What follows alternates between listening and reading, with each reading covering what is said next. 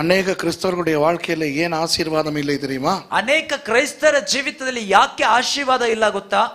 ஆண்டவருக்கு கொடுக்கிற நேரம், பணம், மற்ற விடயங்களில் ஆண்டவருக்கு தெரிகிறது இவர்கள் எந்த அளவு என்னை கனம் பண்ணுகிறார்கள். ದೇವರಿಗೆ ಕೊಡಬೇಕಾದಂತ ಸಮಯ ಮಾತ್ರವಲ್ಲದೆ ಹಣ ಮಾತ್ರವಲ್ಲದೆ ಇನ್ನು ಬೇರೆ ಕಾರ್ಯಗಳ ಮುಖಾಂತರವಾಗಿ ದೇವರಿಗೆ ಗೊತ್ತಾಗುತ್ತೆ ಇವರು ಎಷ್ಟರ ಮಟ್ಟಿಗೆ ನನ್ನನ್ನು ಗೌರವಿಸ್ತಾ ಇದ್ದಾರೆ ಎಂಬುದಾಗಿ. என்ற சிடியில் ஒரு பாட்டு இருக்குது, கண்ணூனமானது காலூனமானது. கேட்டீங்களா? ಇವರ ಸಿಡಿಯಲ್ಲಿ ಒಂದು ಹಾಡಿದೆ, அதுல சொல்றேன். ಅದರಲ್ಲಿ ಈ ರೀತಿಯಾಗಿ ಅವರು ಹೇಳಿದ ಹಾಡಿದ್ದಾರೆ. காலையில் எழுந்து வேலைகள் செய்து நேரம் கிடைத்தால் ಜೆಬಿಕ್ಕಿರಾಯ್. ಬೆಳಗ್ಗೆ ಎದ್ದು ಎಲ್ಲಾ ಕೆಲಸಗಳನ್ನ ಮಾಡಿ ಸಮಯ ಸಿಕ್ಕಿದ್ರೆ ಮಾತ್ರ ಪ್ರಾರ್ಥನೆ ಮಾಡ್ತೀಯ. வேணாம், மியூசிக் வேணாம். வேலைகள் முடிந்து ஓய்ந்திடும் போதோ வேதத்தை கையில் ஏந்துகிறாய். ಎಲ್ಲಾ ಕೆಲಸಗಳು ಮುಗಿದ ನಂತರ ವಿಶ್ರಾಂತಿ ತೆಗೆದುಕೊಳ್ಳುವಂತ ಸಮಯದಲ್ಲಿ ಸತ್ಯವೇದವನ್ನ ಕೈಯಲ್ಲೇ ತಗೊಂತೀಯ. வெட்டி பேச்சு, ஊரார் பேச்சு, காதை திறந்து கேட்கிறாய். ವ್ಯರ್ಥ ಮಾತುಗಳು, ಹರಟೆ ಮಾತುಗಳಿಗೆ ಕಿವಿ ತೆರೆದು ಕೇಳ್ತೀಯ. வேதத்தின் பிரசங்கம் கேட்டிடும் போதோ களைத்து போய் நீ தூங்குகிறாய். ಆ ಸತ್ಯವೇದದ ಪ್ರಸಂಗವನ್ನ ಕೇಳುವಂತ ಸಮಯದಲ್ಲಿ ಮಾತ್ರ ಕಳೆದು ಹೋದವರಂತೆ ನಿದ್ದೆ ಮಾಡ್ತಾ ಇರ್ತೀವಿ. பின்னங்கால்கள் பிடரியில் படவே ஓடுகிறாய் உன் வேலைக்காய். கால் தலையில படுறதுக்கு ஓடு. ಹಿಂದ್ಗಡೆ ಇಮ್ಮಡಿ ಕಾಲುಗಳು ತಲೆಗೆ ಪಡುವಾಗ ಅಷ್ಟು ಅವಸರದಲ್ಲಿ ಕೆಲಸಕ್ಕೆ ಹೋಗ್ತೀಯಾ. டைமுக்கு போயிடணும். ಅವಸರವಾಗಿ ಕೆಲಸಕ್ಕೆ ಹೋಗ್ತೀಯಾ. சபைக்கு வருகையில் மாத்திர ஆறுதலாய் நீ பிந்தியே வந்து ಅಮರ್கிறாய். ಸಭೆಗೆ ಬರುವಾಗ ಮಾತ್ರ ಸಮಾಧಾನದಿಂದ ಹಿಂಭಾಗದಲ್ಲಿ ಬಂದು ಕುಳಿತುಕೊಳ್ತೀಯಾ. காணிக்கை எனக்கு இதுதானா ஆண்டவர் கேட்கிறாரு. ಕಾಣಿಕೆ ನನಗೆ ಇದನ್ನೇ ನನಗೆ ಕಾಣಿಕೆ ಎಂಬುದಾಗಿ ದೇವರು ಕೇಳ್ತಾರೆ. கண்ணூனமானது காலூனமானது நசல் பிடித்தது தான் கொண்டு வருகிறாய். ಕೇವಲವಾದಂಥದ್ದು ಮಾತ್ರವಲ್ಲದೆ ಬೆಲೆ ಇಲ್ಲದಿರುವಂತದ್ದನ್ನ ಮಾತ್ರ ನನ್ನ ಬಳಿಗೆ ನೀನು ತಗೊಂಡ್ ಬರ್ತಾ ಇದೀಯಾ. ಊನವಾದದ್ದು. வணங்குதா? மூத்த புள்ள டாக்டருக்கு படிக்கிறாரு. ದೊಡ್ಡ ಮಗ ಡಾಕ್ಟರ್ ಆಗಿ ಓದ್ತಾ ಇದ್ದಾರೆ. ரெண்டாவது புள்ள இன்ஜினியர். ಎರಡನೇ ಮಗ ಇಂಜಿನಿಯರ್ ಆಗಿ ಓದ್ತಾ ಇದ್ದಾನೆ. பாஸ்டர் என்ற மூணாவது புள்ளையை நான் ஊழியத்துக்கு தரேன் பாஸ்டர். ಪಾಸ್ಟರ್, ನನ್ನ ಮೂರನೇ ಮಗನ ನಾನು ಸೇವೆಗೆ ಕೊಡ್ತೀನಿ ಪಾಸ್ಟರ್. ரொம்ப சந்தோஷம். ತುಂಬಾ ಸಂತೋಷ. ஏன் தீர்மானிச்சீங்க மூணாவது பிள்ளை ஊழியத்துக்கு? ಯಾಕೆ ಮೂರನೇ ಮಗನ್ನೇ ಅಂತ ಯಾಕೆ ತೀರ್ಮಾನ ಮಾಡಿದೀರಾ?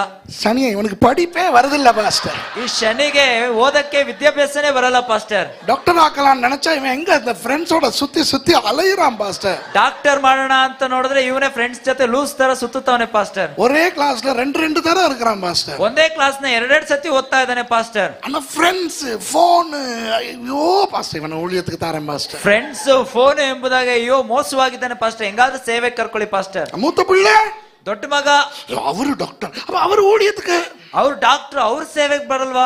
இல்ல அவர் வந்து நோயாளிகளுக்கு மருந்து கொடுத்துக்கிட்டே இயேசுவை பத்தி சொல்லுவார். ಅವರು ಬಂದು ಕಾಯಿಲೆಯಲ್ಲಿರುವವರಿಗೆ ಔಷಧಿನ ಕೊಟ್ಕೊಂಡೇ ಯೇಸು ಬಗ್ಗೆ ಹೇಳ್ತಾರೆ. ரெண்டாவது பிள்ளை ಎರಡನೇ ಮಗ அவர் என்ஜினியர் ஆகி பாலம் கட்டிக்கிட்டே இயேசுவை பத்தி சொல்லுவார். ಅವ್ರು ಇಂಜಿನಿಯರ್ ಆಗಿ ಸೇತುವೆಗಳನ್ನ ಕಟ್ಕೊಂಡೇ ಯೇಸು ಬಗ್ಗೆ ಹೇಳ್ತಾರೆ. இன்றைக்கு ಇವತ್ತು ஆண்டவருக்கு கொடுக்கிறது என்றால் அவனுக்கு கசப்பு. ದೇವರಿಗೆ ಕೊಡುವಂತದಂದ್ರೆ ಅಷ್ಟರ ಮಟ್ಟಿಗೆ ಕಹಿಯಾಗಿ ನೋಡ್ತಾರೆ.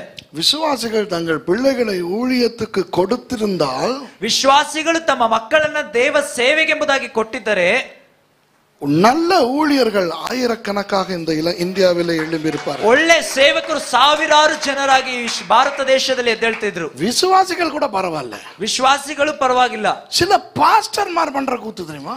ಇವತ್ತು ಪಾಸ್ಟರ್ಗಳು ಮಾಡುವಂತ ಕೆಲಸ ಏನು ಗೊತ್ತಾ? சில பாஸ்டர்மார் தங்களுடைய பிள்ளைகளை ஊழியத்துக்கு கொண்டு வருவதில்லை. ಕೆಲ ಪಾಸ್ಟರ್ಗಳು ತಮ್ಮ ಮಕ್ಕಳನ್ನು ಕೂಡ ಸೇವೆಗೆ ಕರ್ಕೊಂಡ್ ಬರುವುದಿಲ್ಲ. சர்ச்சில் உள்ள மத்தவனெல்லாம் ஊழியத்துக்கு அர்ப்பணிங்கிறது. ಸಭೆಯಲ್ಲಿರುವಂತ ಬೇರೆಯವ್ರನ್ನೆಲ್ಲ ಸೇವೆಗೆ ಅರ್ಪಿಸು ಎಂಬುದಾಗಿ ಹೇಳುವಂತದ್ದು. ஆனா பிள்ளைகளை மாத்திரம் அமெரிக்காவுக்கு அனுப்பிடுறது. பிள்ளைகள் வந்து டாக்டர்மார், லாயர்மார், என்ஜினியர்மார். ಅನೇಕ ಪಾಸ್ಟರ್ಗಳ ಮಕ್ಕಳು ಡಾಕ್ಟರ್ಗಳಾಗಿ ಇಂಜಿನಿಯರ್ಗಳಾಗಿದ್ದಾರೆ. ಅದಕ್ಕೆ ಕಾರಣ என்ன தெரியுமா? ಅದಕ್ಕೆ ಕಾರಣ ಏನು ಗೊತ್ತಾ? தந்தை பாசம், ತಂದೆಯ ಪ್ರೀತಿ. அதாவது நான் பட்ட கஷ்டம் என் மகன் படக்கூடாது, ನಾನ್ ಪಟ್ಟಂತ ಕಷ್ಟ ನನ್ನ ಮಗ ಪಡಬಾರದು. நான் ஒரு சவால் விடுகிறேன். ನಾನೊಂದು ಸವಾಲನ್ನು ಹಾಕ್ತೇನೆ. இன்றைக்கு டாக்டர் மாராய், லாயர் மாராய், பெரிய பெரிய பிசினஸ் மேனாய், என்ஜினியரா இருப்பவர்கள் கஷ்டப்படாமல் வாழ்கிறார்கள். ಇವತ್ತು ದೊಡ್ಡ ದೊಡ್ಡ ಡಾಕ್ಟರ್ಗಳಾಗಿ, ಇಂಜಿನಿಯರ್ಗಳಾಗಿ, ದೊಡ್ಡ ದೊಡ್ಡ ಸ್ಥಾನದಲ್ಲಿರುವವರು ಏನಾದ್ರು ಕಷ್ಟಪಡದೇನಾ ಇದ್ದಾರೆ? அவர்கள் எல்லாரும் கஷ்டம் தான் படுகிறார். ಅವರೆಲ್ಲರೂ ಕೂಡ ಕಷ್ಟನೇ ಪಡ್ತಾ ಇರೋದು.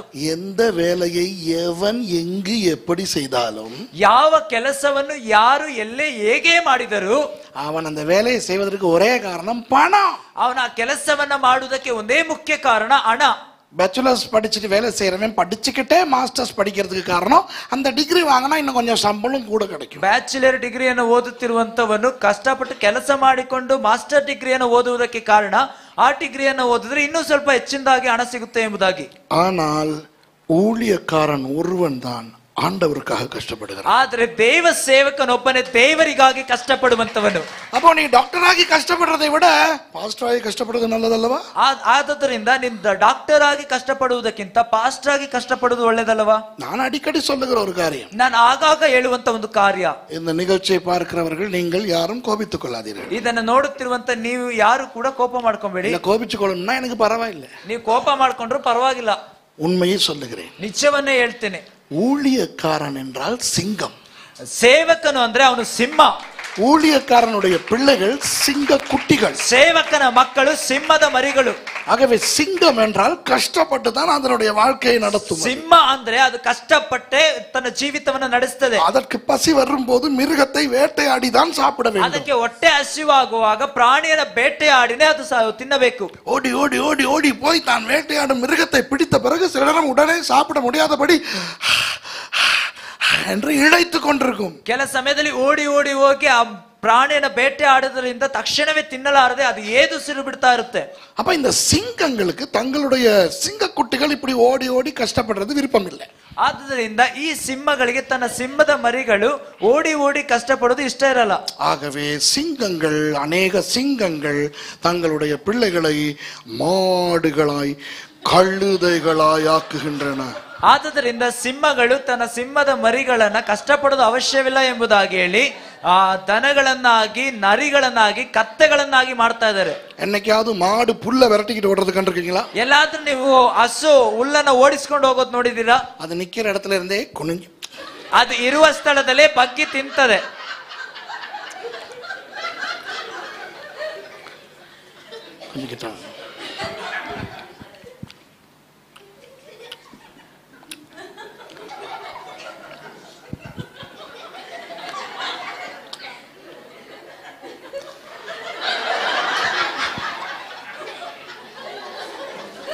பயம் இல்லாம நான் சொல்றேன், நானும் ஒரு டாக்டர்னால பயம் இல்லாம சொல்றேன், டாக்டர் என்றால் வேற யாரும் இல்ல, மாடுகள். ಡಾಕ್ಟರ್ ಆಗಿದ್ರು ಅಂತ ಒಂದು ಭಯವಿಲ್ಲದೆ ಧೈರ್ಯವಾಗಿ ಹೇಳ್ತಾ ಇದ್ದಾರೆ. உலகத்துல மாடுகள் வேணும் இல்லையா? ಲೋಕದಲ್ಲೂ ಹಸುಗಳು ಬೇಕಲ್ವಾ? சுகம் இல்லைன்னா அது கிட்ட தானே போகணும். ಇಲ್ಲಾಂದ್ರೆ ಅದು ಇರೋದ ಜಾಗಕ್ಕೆ ತಾನೆ. இங்க யாராவது மாடுகள் டாக்டர் மாதிரி இருக்கிறீங்களா? ಇಲ್ಲಿ ಯಾರಾದ್ರೂ ಡಾಕ್ಟರ್ಗಳಿದ್ದೀರಾ? நான் மாட்டுக்காய் படித்தவன், மாட்டு டிகிரி வாங்கியிருக்கிறேன், டாக்டர் டிகிரி வாங்கியிருக்கிறேன், ஆனாலும் நான் சிங்கம். ನಾನ್ ದನ ತರ ಓದಿದಂತವನು, ನಾನು ದನದ ಡಿಗ್ರಿಯನ್ನು ತೆಗೆದುಕೊಂಡವನಾಗಿದ್ದರೂ ಕೂಡ ನಾನು ಒಬ್ಬ ಸಿಂಹನಾಗಿದ್ದೇನೆ. இன்னொரு மிருகம் இருக்குது, ಇನ್ನೊಂದು ಪ್ರಾಣಿ ಇದೆ. சில பாஸ்டர்மாருடைய பிள்ளைகள் இந்த மிருகங்கள். ಇನ್ನು ಕೆಲ ಪಾಸ್ಟರ್ಗಳ ಮಕ್ಕಳು ಈ ರೀತಿಯಾದಂತ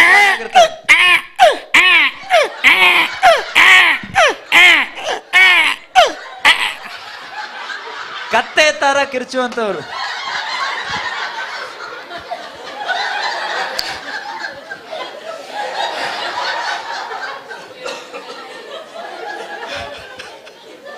கண்டுபிடிச்சிட்டீங்களா யாருன்னு?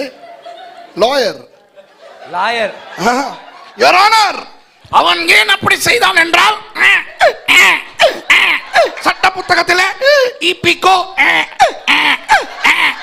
அப்புறம் வந்து என்ன ஃபீஸ் வாங்கும்போது ಅವ್ರು ಏನ್ ಮಾಡ್ತಾರಂದ್ರೆ ನ್ಯಾಯಾಧಿಪತಿಗಳ ಹತ್ರ ಈ ರೀತಿಯಾಗಿ ಬರೆಯಲ್ಪಟ್ಟಿದೆ ಎಂಬುದಾಗಿ ಹೇಳಿ ಅದು ಅದು ಇದು ಕಥೆಗಳನ್ನ ಹೇಳಿ ಹಣವನ್ನು ವಸೂಲಿ ಮಾಡ್ತಾರೆ. அந்த கடைசியில கிக்கில தான் எல்லாருக்கும் வலிக்கும், இவ்வளவு வாங்கிட்டான்ப்பா. ಕಡೆಯದಾಗಿ ಕೊಡುವಂತ ಶಾರ್ಟ್ ಅಲ್ಲೇ ಎಲ್ಲರಿಗೂ ನೋವಾಗೋದು, ಇಷ್ಟೊಂದು ಕಿತ್ಕೊಂಡ್ಬಿಟ್ನಲ್ಲಪ್ಪ ಎಂಬುದಾಗಿ. எல்லாத்தையும் வாங்கிட்டு வீட்டுல வந்து இப்படி நிக்கும், ಎಲ್ಲವನ್ನ ತಗೊಂಡು ಬಂದು ಮನೇಲಿ ಈ ರೀತಿಯಾಗಿ ನಿಂತ್ಕೊಂತಾರೆ. ಅರ್ಥ ಆಗ್ತದ್ಯಾ? உங்கள் பிள்ளைகளை நீங்கள் ஆண்டவருக்கு கொடுக்கிறீர்களா இல்லையா என்பது நீங்கள் ஆண்டவர் மேல் வைத்த அந்த கனத்தில் ಕಂಡುಬಿಡಿಗலாம். ನೀವು ನಿಮ್ಮ ಮಕ್ಕಳನ್ನ ದೇವರಿಗೆ ಕೊಡ್ತೀರಾ ಎಂಬಂತಕ್ಕದ್ರಿಂದ ನೀವು ದೇವರ ಮೇಲೆ ಇಟ್ಟಿರುವಂತ ಗೌರವವನ್ನ ಕಂಡುಹಿಡಿಯಬಹುದು. உங்கள் வீட்டுக்கு வந்திருக்கின்ற விருந்தாளிக்காக கூட்டத்துக்கு போகாமல் வீட்டிலே இருக்கிறீர்களா? ನಿಮ್ಮ ಮನೆಗೆ ಬಂದಿರುವಂತ ಅತಿಥಿಗಳಿಗಾಗಿ ಕೂಟಕ್ಕೆ ಹೋಗದೆ ಮನೆಯಲ್ಲೇ ಇದ್ದೀರಾ? அல்லது எந்த விருந்தாளி எவ்வளவு காலத்துக்கு பிறகு வந்தாலும் பரவாயில்லை, எனக்கு கூட்டத்துக்கு பிறகுதான் விருந்தாளி என்று நீங்கள் கூட்டத்துக்கு போகிறீர்களா? ಯಾವ ಅತಿಥಿಯಾಗಿದ್ರೂ ಪರವಾಗಿಲ್ಲ, ಅವನು ಎಷ್ಟು ವರ್ಷ ಬಿಟ್ಟು ಬಂದರೂ ಪರವಾಗಿಲ್ಲ, ನನಗೆ ಕೂಟನೇ ಮುಖ್ಯ ಎಂಬುದಾಗಿ ಕೂಟಕ್ಕೆ ಹೋಗ್ತಾ ಇದ್ದೀರಾ? உங்களை விருந்தாளிக்கு கொடுக்கிறீர்களா ஆண்டவருக்கு கொடுக்கிறீர்களா? ನಿಮ್ಮನ್ನ ಅತಿಥಿಯರಿಗೆ ಸಮರ್ಪಿಸುತ್ತಿದ್ದೀರಾ ಇಲ್ಲ ದೇವರಿಗೆ ಸಮರ್ಪಿಸುತ್ತಿದ್ದೀರಾ? விளங்குதா? ಅರ್ಥ ಆಗ್ತಾ ಇದೆಯಾ? கர்த்தருக்கு எதை கொடுக்கிறீர்கள்? ಕರ್ತನಿಗೆ ಯಾವುದನ್ನ ಕೊಡ್ತಾ ಇದ್ದೀರಾ?